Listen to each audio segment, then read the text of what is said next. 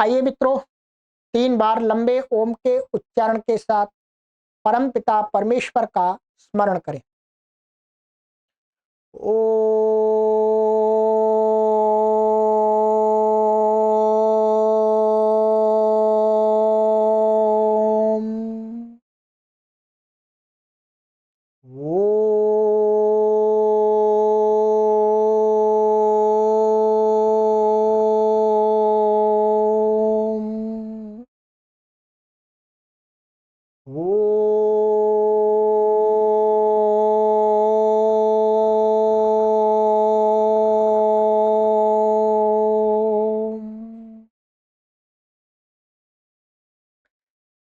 सभी को सादर नमस्ते।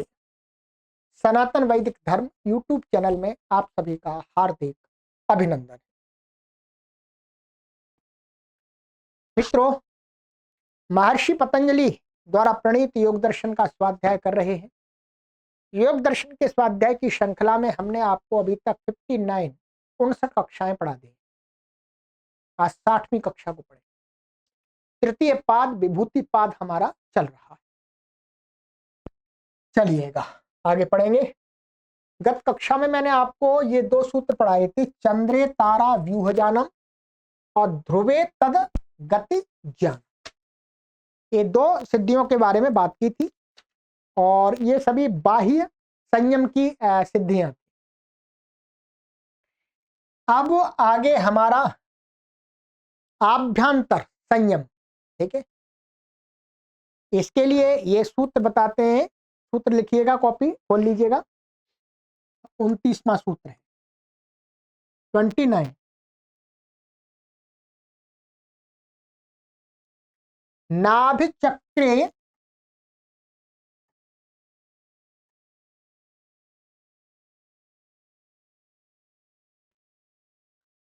काय व्यूह जानम। यह भी बहुत विशेष सिद्धि है।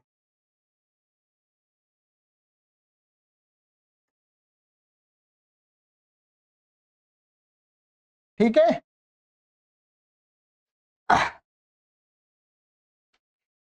सरल सूत्र है, नाभि चक्रे, ठीक है।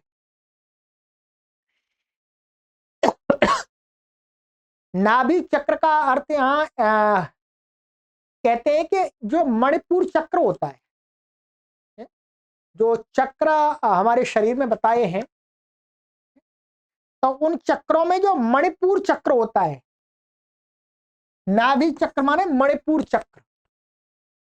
तो जो मणिपुर चक्र होता है, उस मणिपुर चक्र में संयम करने से साधक को काय, काय का अर्थ होता है शरीर,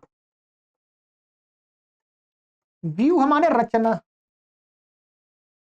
इस शरीर की रचना का ज्ञान होता है। काफी बड़ी बात है कि इस शरीर में कितनी नाड़ियां हैं, कितनी हड्डियां हैं, कौन सा शरीर का अंग कैसा है, उसका क्या आकार है, ये सब कुछ ज्ञान कहते हैं कि नाभि चक्र माने मणिपुर चक्र में करने से साधक को हो जाता है। अब ये बहुत विशेष है। जिस चीज को वर्तमान में टेक्नोलॉजी के माध्यम से, मेडिकल साइंस के द्वारा हम जान पा रहे हैं, उसको योगी मणिपुर चक्र में ही संयम करके जान लेता है। ठीक है, बहुत बड़ी बात है।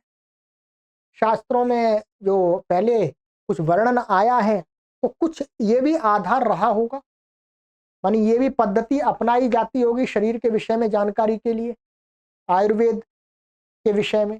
ठीक है, इस पर आइएगा, थोड़ा विचार कर लेते हैं ये क्या कहते हैं। हिंदी के व्याख्याकार, कुछ और नई बात हमको जानकारी के लिए मिलेगी।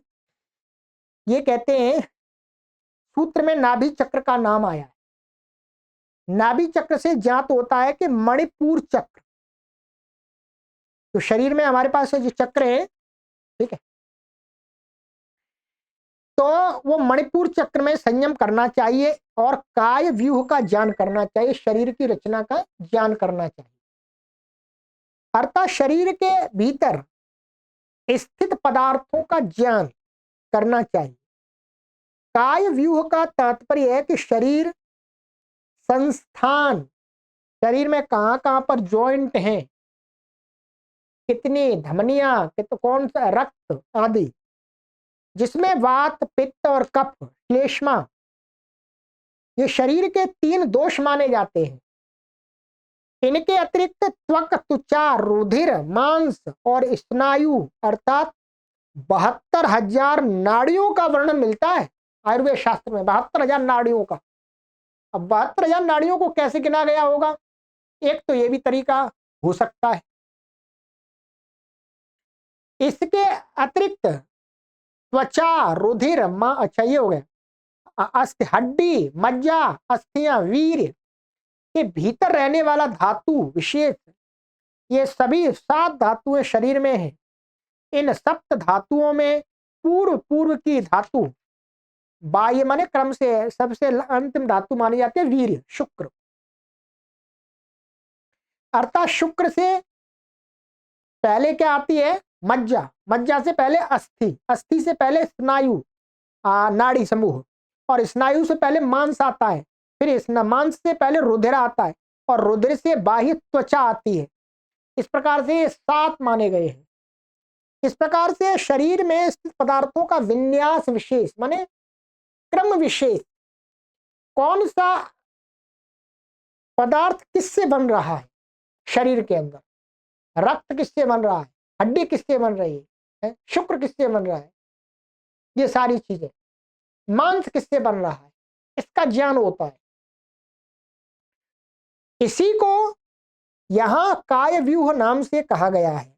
अतः नाभि चक्र यानी मणिपुर चक्र में संयम करने से शरीर के अंदर जो भी पार्ट्स हैं बॉडी की पूरी पूरी जानकारी मिल जाती है, ये इनका यहां पर मानना है। ठीक है, तो नाभि चक्र, अभी नाभि चक्र, एक तो नाभि चक्र यही है जो नाभि के अंदर यहाँ पर मणिपुर चक्र की कल्पना की गई है, तो उस पर ध्यान करने से ये होता है। ठीक है,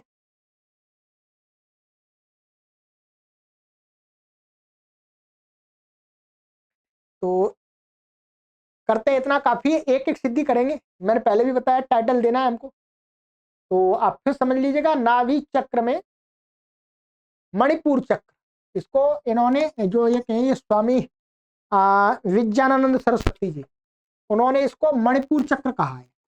क्या है? मणिपुर चक्र,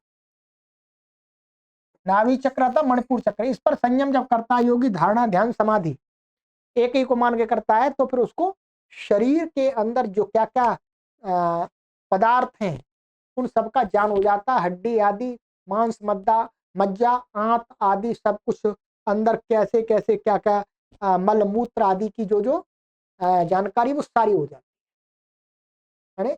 शरीर की रचना विशेष को जान जाता है। बहुत बड़ी बात है। आप इस सिद्धि को एक बार करके अवश्य देखें। ठीक है, अभ्यास से चलिएगा। आगे की कक्षा में मिलते हैं। सभी को सादर नमस्ते। ओम।